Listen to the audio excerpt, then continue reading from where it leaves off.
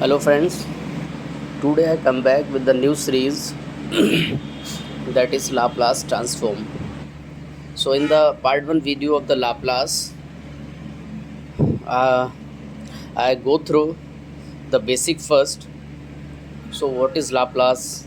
What is the definition of the Laplace? Types of the Laplace transform. तो basic formula of the Laplace Laplace one की value क्या होती है, Laplace A की value Laplace sine A T cos A T. इसी तरीके से basics Laplace देखेंगे, फार्मूलाज देखेंगे, फिर हम लोग क्वेश्चंस देखेंगे। ठीक है, सो लेट्स गेट स्टार्टेड।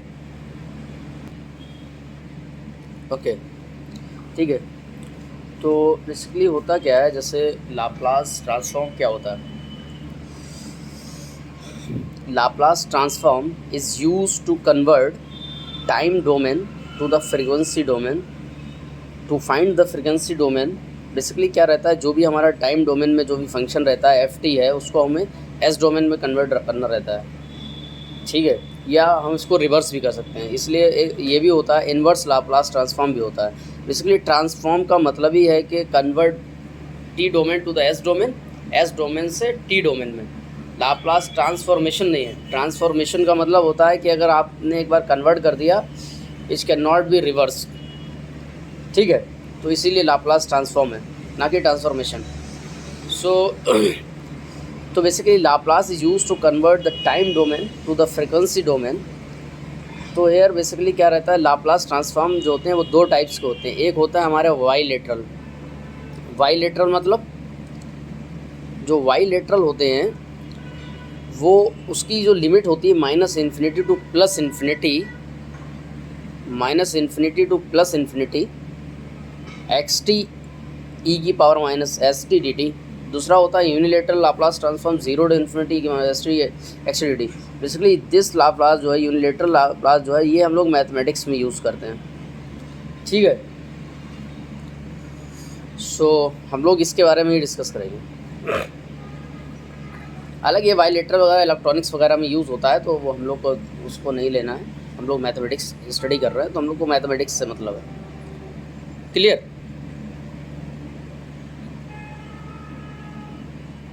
तो आगे देखते हैं। जैसे अगर हमको कुछ लाप्लास निकालने हैं, कुछ मतलब बेसिक फंक्शंस के, तो हम लोग कैसे निकालेंगे। जैसे मान लो फॉर एग्जांपल, जैसे हमको लाप्लास ट्रांसफॉर्म निकालना है, यूनिलेटरल लाप्लास ट्रांसफॉर्म निकालना है। ठीक है, ऐसे मान लो कोई फंक्शन हमारे पास ft है। ठीक है, मैं एक छोटी सी वो बना देता हूँ ताकि आपको क्लियर रहेगा। मान लो मुझको क्या करना है, इसको s डोमेन में कन्वर्ट करना है, मतलब लाप्लास ट्रांसफॉर्म करना है। पहला फंक्शन हमारा 1 दे रखा है, 1 का लाप्लास ft की वैल्यू 1 दे रखी है। दूसरे में a दे रखी है, तीसरे में e की पावर माइनस ए टी, तीसरे में e की पावर प्लस ए टी। तो बढ़ा दी मैंने थोड़ी थोड़ी। देखो, एक मैं निकाल के आपको दिखा दे रहा हूँ, बाकी आप लोग डायरेक्ट आपको याद रखने पड़ेंगे। कैसे? देखो, जैसे हमको पता है यूनिलेटरल लाप्लास ट्रांसफॉर्म क्या होता है, जीरो टू इन्फिनिटी ई की power minus S T x t D T. X T मतलब वही एफ टी है, एक्स टी लिख लो। अगर मैं इस एक्स टी की वैल्यू 1 रख दूंगा तो ई की पावर माइनस एस टी हो गई। अब मुझको बेसिक इंटीग्रल तो आता ही है, जीरो टू इन्फिनिटी ई की पावर मैं एस टी डी टी करूँगा। देखो मैं करके दिखा देता हूँ आपको। अगर मुझको लाप्लास ट्रांसफॉर्म निकालना है तो जीरो टू इन्फिनिटी ई की power minus S T F T D T होता है या एक्स टी डी टी, वो तो फंक्शन है। इसकी वैल्यू हमको 1 दे रखी है, इसकी वैल्यू हमको 1 दे दी है, एफ टी की वैल्यू। पहला केस मैं ले रहा हूँ ये वाला। ठीक है, दूसरा ए रख के देखोगे आप, एक बार ए टी रख के देखोगे, ये देख कर देखोगे, सब ऐसे करोगे तो आप स्टेप बाय स्टेप निकाल सकते हो। लेकिन आप डायरेक्ट याद रखोगे, वो आपको याद हो जाएंगे क्वेश्चन करने करते करते। तो मैं निकाल के दिखा दे रहा हूँ, अगर भूल जाओ तो आप निकाल सकते हो। ई की power minus S T D T हो गया। ई की power S T D T का इंटीग्रल क्या होता है, ई की power minus T divide by minus S, zero to infinity. तो ई की power minus S T, T की वैल्यू इन्फिनिटी मैंने पुट कर दी, डिवाइड माइनस एस तो आई माइनस ई की power minus S, zero put कर दिया, माइनस माइनस एस तो आई। ओके, ये ब्रैकेट में है। ठीक है,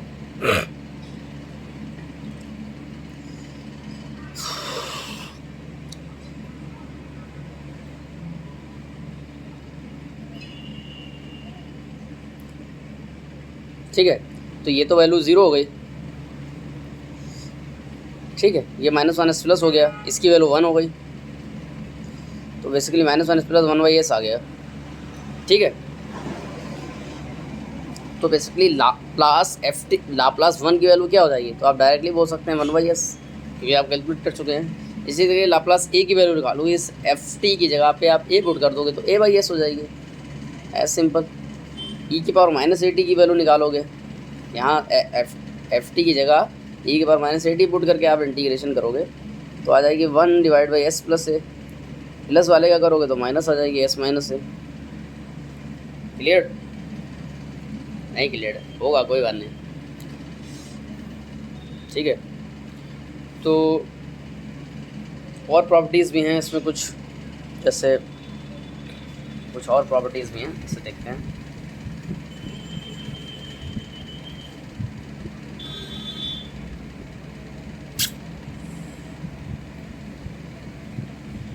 जैसे मल्टीप्लिकेशन प्रॉपर्टी है और डिवीज़न मल्टीप्लिकेशन प्रॉपर्टी है, आपकी शिफ्टिंग थ्योरम प्रॉपर्टी भी है, चेंज ऑफ स्केलर प्रॉपर्टी भी है, लेकिन अभी आएगा ना इसका द बेसिक्स। सो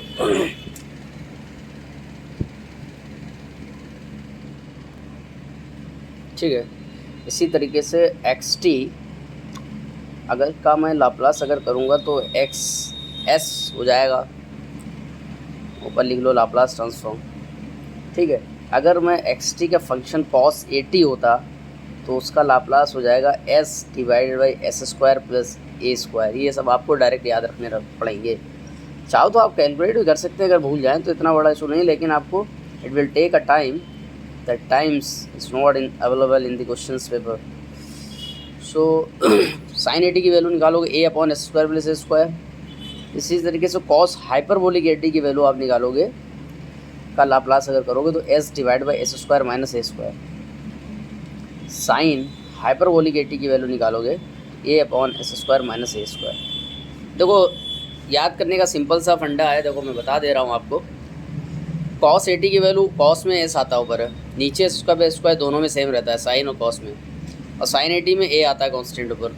हाइपरबोलिक में दोनों माइनस होते हैं, cos में s आता था ऊपर, इसमें भी s आता है, साइन में आते ही बस। ठीक है, उसके बाद एक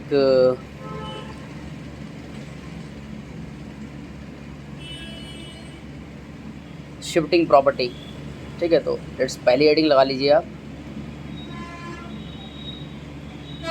शिफ्टिंग प्रॉपर्टी। अच्छा, इस शिफ्टिंग प्रॉपर्टी में क्या होता है, कुछ नहीं है, अगर ft हमारा फंक्शन है, लाप्लास ft है, अगर मैं उसका लाप्लास ट्रांसफॉर्म करूँगा तो वो fs हो जाएगा। ओके, तो अगर जिस शिफ्टिंग प्रॉपर्टी में अगर t माइनस t0 है तो ये हमको देता है e⁻−st0 fs। ये कैसे हो गया, कोई बात नहीं, अभी क्वेश्चंस करेंगे सब समझ में आएगा। अगर यही प्लस में होता, t प्लस t0 होता तो यहाँ प्लस में आ जाता e⁻−t0 fs। क्लियर? अभी हम लोग क्वेश्चंस देखेंगे तो समझ में आएगा। दूसरा देखो, दूसरा लिख लीजिए, t मल्टीप्लिकेशन प्रॉपर्टी लिख दीजिए, हेडिंग लगाइए मल्टीप्लिकेशन प्रॉपर्टी। अच्छा, इस मल्टीप्लिकेशन प्रॉपर्टी में क्या रहता है, कुछ नहीं है भाई, ft की का मैं लाप्लास करूँगा तो fs हो जाएगा। अगर कोई कोई भी फंक्शन दे रखा है, लेकिन लेट से cos at दे दिया है, उसमें अगर t का मल्टीप्लिकेशन हो गया, किसी अलजेब्रिक फंक्शन का या किसी t का मल्टीप्लाई हो गया, उसकी पावर में t² या tn मान लो हो गया, तो उसका कैसे करेंगे, -1 की पावर n d की power n fs divide by d sn। ये क्या इतना बड़ा लिख दिया, कुछ नहीं है भाई, अभी देखता हूँ, अभी क्वेश्चन कराता हूँ, सब सॉल्व होगा। ठीक है, लेकिन द थिंग इज़ दैट जो भी नोट करा रहा हूँ नोट करते चलो प्रॉपरली, कुछ समझ में ना आए तो आप पूछ सकते हो कमेंट में।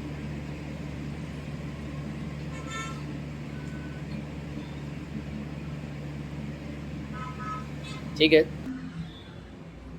ठीक है, डिवीज़न प्रॉपर्टी लिख लीजिए, डिवीज़न प्रॉपर्टी। अच्छा, इस डिवीज़न प्रॉपर्टी में क्या होता है, जैसे अगर हमने लाप्लास लिया है, एफ टी हमारा फंक्शन है, उसमें अगर टी का डिवाइड कर दिया जाए टी का या टी की पावर से, तो उसका इंटीग्रेशन होगा। देखो मल्टीप्लिकेशन होगा तो डिफरेंशिएशन आएगा, अगर डिवाइड करेंगे डिवीज़न होगा तो इंटीग्रेशन आएगा। S tends to infinite F S D S, ये फार्मूला है, ठीक है।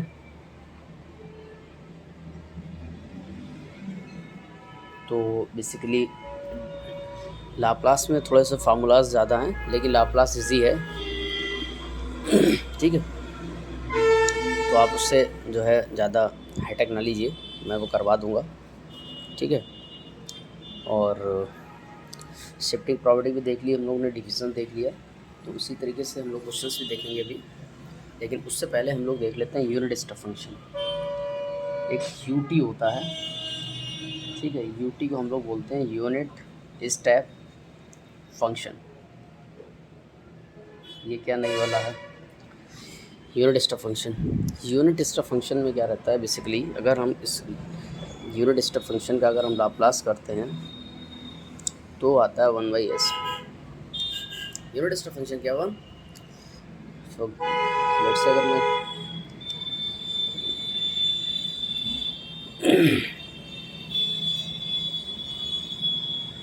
Eight time t is equals to 0 we have a magnitude, let's say a magnitude है हमारे पास, ठीक है, तो a/s हो जाएगा।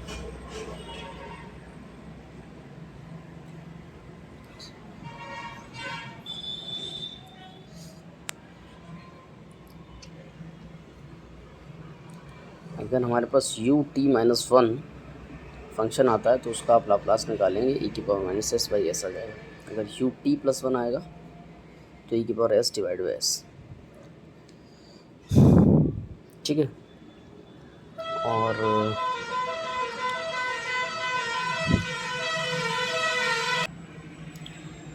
ठीक है, अभी मैं सारी प्रॉपर्टीज़ लिखवा दे रहा हूँ, फिर मैं जो है टेक्स्ट बुक उठा के थोड़ी सी प्रैक्टिस करवा दूँगा, तो अभी आप जो है हेडिंग लगा के नोट करते रहिए, ठीक है।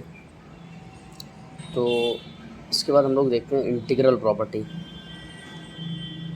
इंटीग्रल प्रॉपर्टी, इंटीग्रल प्रॉपर्टी में क्या रहता है, इससे हमारा एफ टी फंक्शन है, अगर हम उसका लाप्लास करेंगे that is F S. Integral में क्या है, अगर मान लो 0 to t F T D T का हमको अगर लाप्लास करना पड़ गया इसका, तो ये आएगा F S divide by S, ठीक है। नोट कर लीजिए सारी जितनी भी मैंने, जैसे डिवीज़न का आया, मल्टीप्लिकेशन, इंटीग्रल, शिफ्टिंग प्रॉपर्टी, ये सब पे बिल्कुल स्टार लगा लीजिए, सब इम्पोर्टेंट है, ठीक है। इन सारे पे मैं अभी क्वेश्चंस करवा दूंगा, ठीक है। और या मैं देख लेता हूँ क्वेश्चंस, अगर इसमें है तो मैं करवा देता हूँ।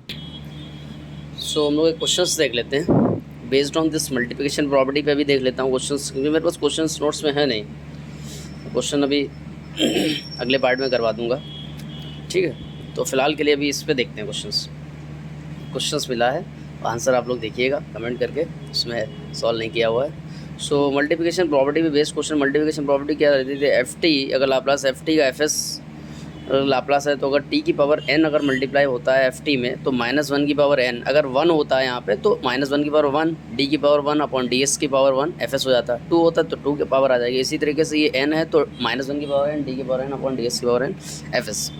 Based on this multiple property let's see the one question. The question is that, let's say हमको लाप्लास निकालना है किसका, t cos at का। देखो ये मल्टीप्लाई में अगर हमसे सिंपल लाप्लास इस टाइप में अगर कुछ पूछ दिया जाता कि आपको अगर लाप्लास ट्रांसफॉर्म बताना है किसका, साइन एटी का हमको लाप्लास बताना है अगर आपको, तो आपको डायरेक्टली पता था कि हमारे पास डायरेक्टली हमको पता रहता है कि लाप्लास ट्रांसफॉर्म को हमारे पास फॉर्मूला 0 to ∞ की formula S T F T D T रहता है, ठीक है। लाप्लास ट्रांसफॉर्म अब मुझको पता था 0 to ∞ की फॉर्मूला एस टी, यहाँ पर मैं लिख लूँगा साइन एटी, ठीक है, डी टी, ओके। अब मैं इसको इंटीग्रेट करके लिमिट पुट करके सॉल्व कर सकता हूँ, लेकिन मुझको डायरेक्ट भी पता है कि लाप्लास ट्रांसफॉर्म साइन एटी का क्या आता था, इसलिए मैं बोला था क्या आता था, हमारा a upon s square plus a square, that is the answer, ख़त्म।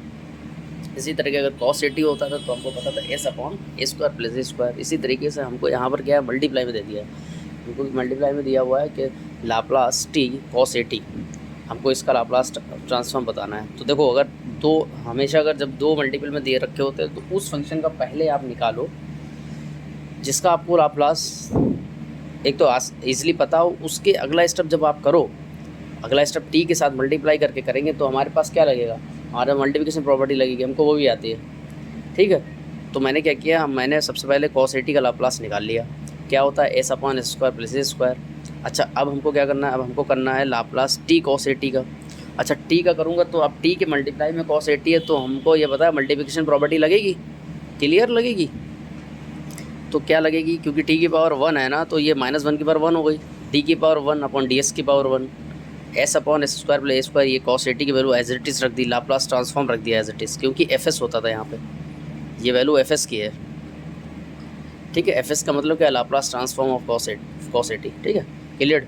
तो -1 तो -1 है ही, dy/ds s upon square plus square. Basically हमको इसका डिफरेंशिएशन करना है, नथिंग और कुछ नहीं। तो हमको पता है न्यूमरेटर और डिनोमिनेटर का के बेस पे डिफरेंशिएशन क्या होता है। तो ये हर को छोड़ा, अंश का हमने किया, उसी तरीके से हमने अंश को छोड़ा, हर का कर दिया, डिनोमिनेटर का कर दिया, और उसके बाद नीचे इसका स्क्वायर होता है, अगर आपको डिफरेंशिएशन ये आता हो तो, ठीक है। नहीं आता है तो आपको डिफरेंशिएशन, सबसे पहले डिफरेंशिएशन सीखना पड़ेगा, तो मैं उस पर बना दूंगा। अगर आपको डाउट है तो मैं बेसिक से स्टार्ट कर दूंगा, डिफरेंशिएशन भी अलग वीडियो, सेपरेट वीडियो में। तो देखो ये क्या हुआ कि basically S square plus a square minus ये एस स्क्वायर हो गया, -2s स्क्वायर हो गया। देखो यहाँ पर इसी को मैंने, हालांकि ये 2 टाइम्स लिख गया है, मैंने एस को एक तरफ कर लिया, क्योंकि ये स्क्वायर तो स्क्वायर मैंने ऐसे लिख दिया, 2s स्क्वायर में से स्क्वायर चल गया, -s स्क्वायर, नीचे क्या था, square by square whole square, तो दैट इज़ यही आंसर हो गया हमारा, ठीक है। तो देखो लाप्लास के क्वेश्चन कठिन नहीं है, लेकिन आपको प्रॉपर्टीज़ आनी चाहिए। अगर आपको प्रॉपर्टीज़ नहीं आ रही तो फिर लाप्लास के क्वेश्चन आप नहीं बना पाओगे। तो लाप्लास इतना ईजीएस्ट टॉपिक है, इतना स्कोरिंग टॉपिक है, एवरी ईयर क्वेश्चन इससे आते हैं, गेट में भी आता है, एक तो क्वेश्चन आता ही आता है इससे भी, और PSUs में भी 2-3 क्वेश्चंस देखने को मिल जाते हैं। अगर आप BRC वगैरह एग्ज़ाम देंगे तो उसमें भी आपको लाप्लास के कई क्वेश्चंस देखने को मिल जाते हैं, ठीक है। मैथमेटिक्स से काफ़ी क्वेश्चंस उसमें भी आते हैं, ठीक है। तो आगे देखते हैं हम लोग। सो हमने ये वाली प्रॉपर्टी भी डिस्कस की है, इंटीग्रेशन प्रॉपर्टी भी हम लोग ने डिस्कस की है। क्या डिस्कस की थी, Laplace 0 to t ft dt अगर है तो fs डिवाइड बाई fs हो जाती है, fs divide by s value हो जाती है, ठीक है। इस प्रॉपर्टी पे क्वेश्चंस कैसे आते हैं, जैसे क्वेश्चन दिया हुआ 0 to t e की पावर -st t dt दिया हुआ, तो इसका आपको लाप्लास ट्रांसफॉर्म बताना है।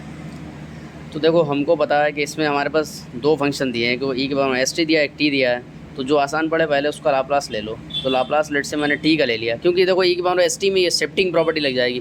अब शिफ्टिंग प्रॉपर्टी में कुछ नहीं होता है कि जो फंक्शन है उसमें अगर माइनस है तो प्लस a कर दो, प्लस है तो माइनस a कर दो, तो मैं t का निकाल लेता हूँ क्योंकि t आसान पड़ेगा। अब तो कोई लाप्लास t का वैल्यू निकालूंगा तो 1/s स्क्वायर हो जाएगा, ठीक है। अब अगर मैं लाप्लास निकालूंगा e की पावर st, ये एक्चुअली st नहीं है, 3t दिया है क्वेश्चन में, e की power -3t -3t into t।